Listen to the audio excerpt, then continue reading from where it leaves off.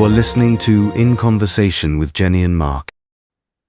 Hello, everyone. I am the Reverend Jennie Adams from Holy Trinity Church, Prince Consort Road, South Kensington. I am the Reverend Mark Adams from St Margaret's Church, Barking. That's right, isn't Wow. it? That's where we are. We got It that is. right this time. Mine's longer because there's so many Holy Trinities in South Yeah, Kensington. You have Queen's to pick the right one. Consort. Yeah, absolutely. Good stuff. Right, well, Um, we're back. We're back, Jenny, aren't we? We're back. we A are. little bit of a We're break still in last the week. busyness of Advent, but we are back Still this in the week busy episode, but we with are back. this week's Gospel reading, It's Matthew continuing with 11. John the Baptist. Don't interrupt. Matthew 11, 2 to 11. Okay, Matthew 11, 2 to 11. I tell you what, I'll just put that on the screen. A dutiful husband that I am. Good. Okay, and am I reading it? Is that right? You're reading it I'm this reading time. it. Okay, thank you. That's great. I'll do that then, shall I? Yeah, I'll drink my coffee. Okay, here we go then. John 11, verses 2 to 11. When John heard in prison what the Messiah was doing, he sent word by his disciples and said to him, "Are you the one who is to come, or are we to wait for another?" Jesus answered, "Go and tell John what you hear and see. The blind receive their sight, the lame walk, the lepers are cleansed, the deaf hear, the dead are raised, and the poor have good news brought to them. And blessed is anyone who takes no offense at me." As they went away, Jesus began to speak to the crowds about John. "What did you go out into the wilderness to look at? A reed shaken by the wind? What then did you go out to see? Someone dressed in soft robes? Look, those who wear soft robes are in royal palaces. What then did you go out to see? A prophet? Yes, I tell you, and more than a prophet. This is the one about whom it is written, 'See, I am sending my messenger ahead of you, who will prepare your way before you.' Truly I tell you, among those born of women, no one has arisen greater than John the Baptist, yet the least in the kingdom of heaven is greater than he."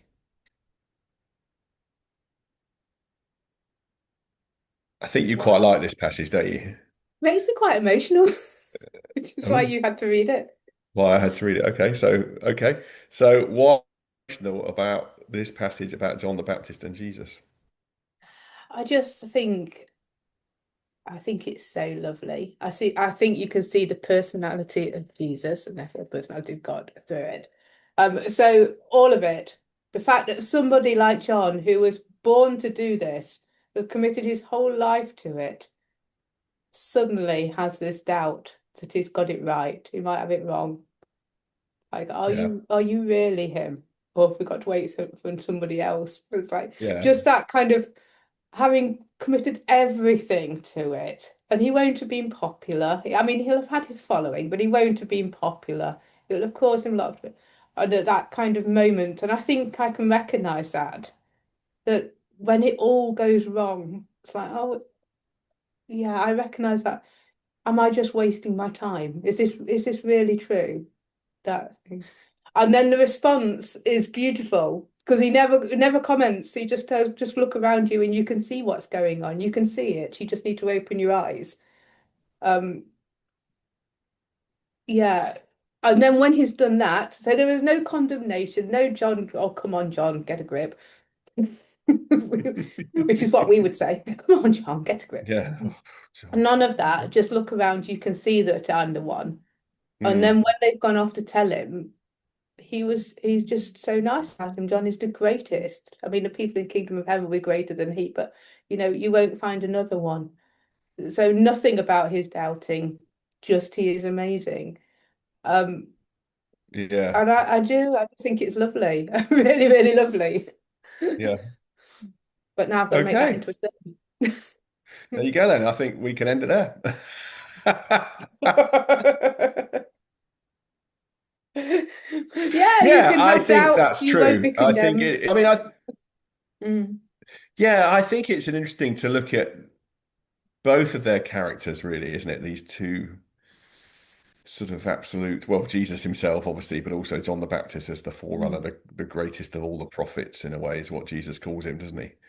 Um, Yeah, and it is fascinating in this little passage to see both of their characters there because, yeah, I mean, you're right. John, well, it's not that he could have been unpopular. He's in prison for it, isn't he? He's in prison for what he believes. He's criticized the king, he's Herod criticised Antipas, or the his governor of, yeah something you know, about He's criticised Herod's marriage choices, hasn't he? Yes, he's criticised Herod's. So Mm, Herod is the puppet king of Galilee, basically, and he has criticised Herod for marrying his brother's wife. that's not. And Yeah. of course, and Herod at this stage has put him in prison for it. And we know where this story is going. It's not going to have a happy ending. No. Herod's wife is going to get her revenge on John. Mhm. That's another story, obviously, but that's where it's going to go. And yeah, John isn't going to get out of prison. So he's reflecting on what he's done and thinking. I think it is fascinating to contrast this little passage with the certainty that you get with Last John week. earlier, isn't it? When he's come, Yes, when last he week's was doing, passage was yeah, so yeah. certain, wasn't it? And if you think of the start of Mm, John's gospel as well, where he's recorded, look, mm. sees him walking from a distance, Yes, look, the look. Lamb of God, and so you've got that sort of certainty, yeah, this is the one. And then what is going on? So what is John? I think there's a lot of interesting things to reflect on, aren't there? I think why is John thinking this? Why is John questioning this? Why is John doubting that Jesus might be the one, do you Well, I think? think there are a couple of things there. Let's not forget that they're cousins.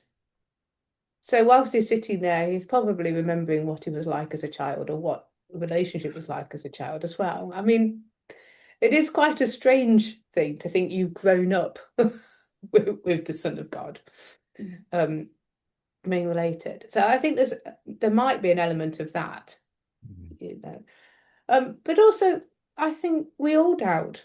And I think when things go wrong, we go either one way or the other. Um, Mm. so either you find God in the darkness, but there are a significant amount of people that will just turn away because if things are this bad, there can't be a God. You hear that? Um, Yeah, of course, as Christian leaders, we're not supposed to doubt, are we? Um, and no. get into trouble with this podcast. I don't know, but it's sort of like you're never supposed to have any doubts or any questions, or and that's of course not people's reality, actually. Well, it's not my reality. I can't speak for everybody. I can only speak for myself. It's not my reality. Of course, we have questions and doubts and wonders, but Mm. I think you're right. It's encouraging in one sense to see that we're in good company here with John the Baptist, aren't we? I think we're in good He's got questions. company, and I think the advice he was given by Jesus is how I overcome those doubts as well. So I think there are moments where I kind of think, have I just made all this up? But then I look around and look and see. Come and look and see. What do you experience? What can What you sort of see things in do you me? see that encourages you? It's generally in people. Um, um, and it's the small things. So it's the small act of faith. Often, I have to say, in the more mature congregation members that have just quietly got on with it. And I think, well, there is something about those that I find very Mm, comforting. Those ones that have just quietly prayed, often the flower arrangers, that sort of thing. People who clean the church, mm, the people that have been doing it for years and years and years, mm. but are not up front like we are.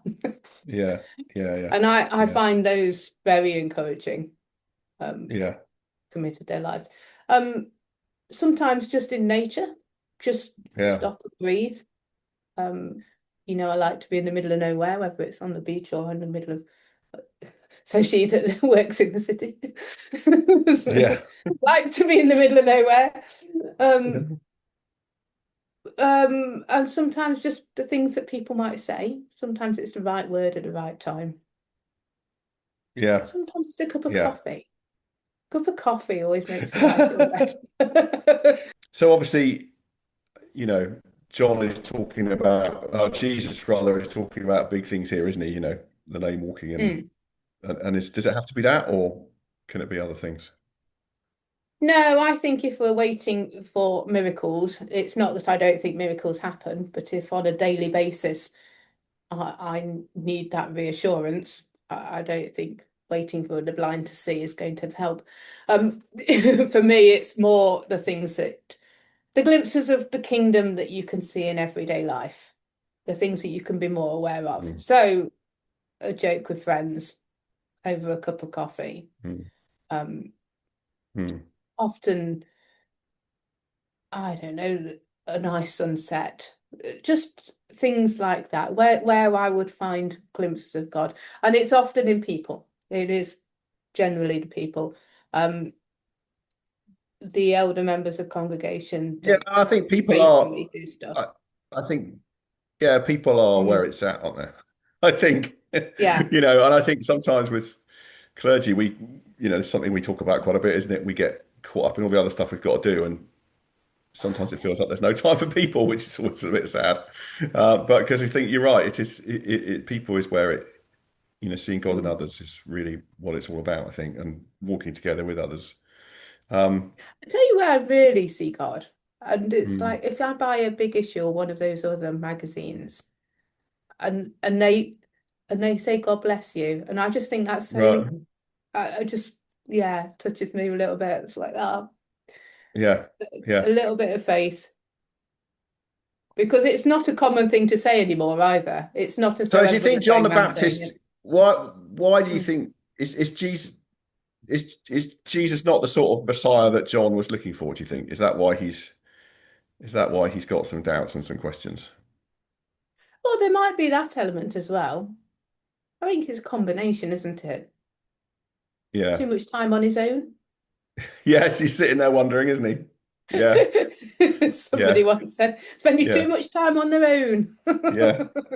Yeah. And I wonder, it's interesting as well, isn't it? What does Jesus make of the fact that John is doubting him? Does Well, it bother that's him? what I love. He never questions it, he never condemns, he doesn't really say anything about it. Yeah. I think Yeah. and does that tell us that he's expecting it? It's part of normal life. Yeah. Um, or is it, just love so deep that it doesn't even register that he shouldn't be doing it? It's just, but Yeah. there's none of that. It is simply go and tell him what you can see. Go and tell him Yeah. about the kingdom. Go and reassure him, actually. Yes, that's Mm. true. It's okay. Tell him it's all right. Yeah. Mm. I got this. Yeah. You can trust me. Yeah, I love that. I think the last line of that first text is fascinating. Blessed is anyone who takes no offense at me. Yes. I think that idea. I must admit, sometimes as a Christian leader, or you're not wanting to give offense, are you? But sometimes you will upset people, and we've all upset people. We're not trying to give offense. Takes no offense. I think it ties into those who, so if you're not against him, you're for him. Yeah, yeah, I think there's an element of that. You know, we're all in it unless we choose to be out of it. yeah. I also think sometimes you find people who want to take offense, don't you? They want to be offended. I mean, we see Mm, that all the time, don't we, in our mm, social media and stuff. yeah. I want to be offended. I want to be cross. I want to be offended. Jesus is inviting us to do a different way. You don't have to be offended at me. You're blessed if you're not. Well, yes, because it's quite hard work being offended at everything, isn't it? I mean, we all do it, don't we? We all do it. I think, none of us are. It's a But I level think of it's a anger reminder. that you I think can't it's a you can't be reminder not to. bothered Yeah, with. I think this is a reminder not to go around looking to be offended all the time. I mean, I know Jesus is Okay. particularly talking about himself, but I think it's an interesting kind of thing to reflect on. So just going on to the second part then. So we've got this. So off they go. They go back to tell John, John, it's all cool. Everything's under control. He's got this. Don't be offended by him. And then Jesus sort of says these Now, interesting things, doesn't he? Who was John? What did you go to see? You know, the hill. It's an yeah. interesting, sort of bit of a backhanded compliment. It's the greatest to ever have lived, greater than anyone who's ever been born. But the rest of you, if you're in the kingdom of God, you're No, greater than that. What's going on there? I think that's a great message. Um, so first of all, yes, let's remind everybody just how great John was. You know, Yeah. they walked long distances. They packed up their stuff, as we said last Yes. week, long distances to Yeah. go and see him, and for a reason, because he had a message as well. So, you know, let's remember what the message is, because I'm standing in front of you. Yeah. So, Yeah. remember that. Um, yeah, I think it probably would be easy for the crowds to suddenly dismiss John, and I like the fact that Jesus is loyal. Um, Right. you know, out of sight, out of mind, or he's had his downfall. We move on to the I'm next near rabbi. now. Yeah. Yeah, Um, but actually, you can still have your place in God's plans and purposes, really, can't you? You can be yeah, greater than John. You know, even though John is this amazing prophet. You know, I mean, what yeah. is it? Is that sort of follow me, and you can find? Is I that think the part of people Jesus' in the message there? kingdom will be even greater, yes. Yeah, And in many ways they yeah, will, won't they? Because they will be able to, so they're not saying the Messiah is coming, they will then be able to spread the good news and mm, the experience of having been there. mm, mm, So mm. it is greater in many ways. It's a different message. Yeah, yeah, yeah. Um, Like it.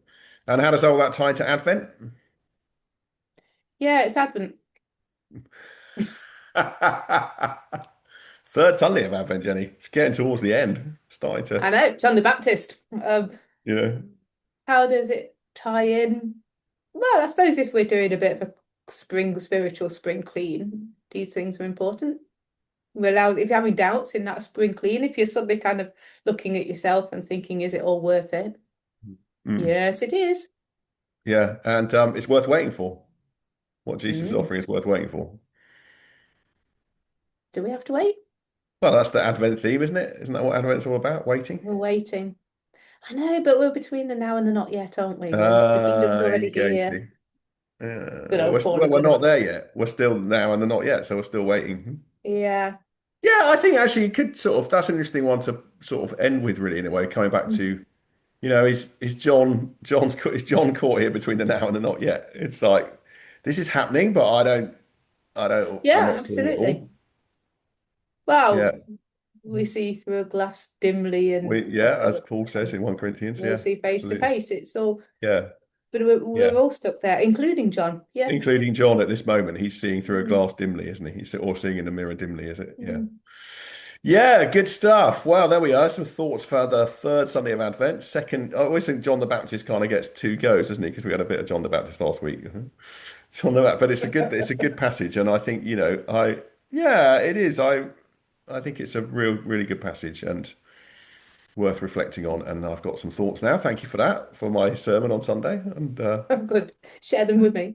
share them. No, you just told them to me. That's fine. That's what we're doing here, Jenny. Okay, yeah, but Anyway, you we will be feed them back back. next week when it will be time to think about Mary and Christmas will be getting Yay! closer. Well, to be fair, it'll be doing think about Mary and Christmas because it'll be the last one we'll do before Christmas, won't it? So, but yeah, so that's going to be next week. We can do a Christmas extravaganza, and have a good Advent 3.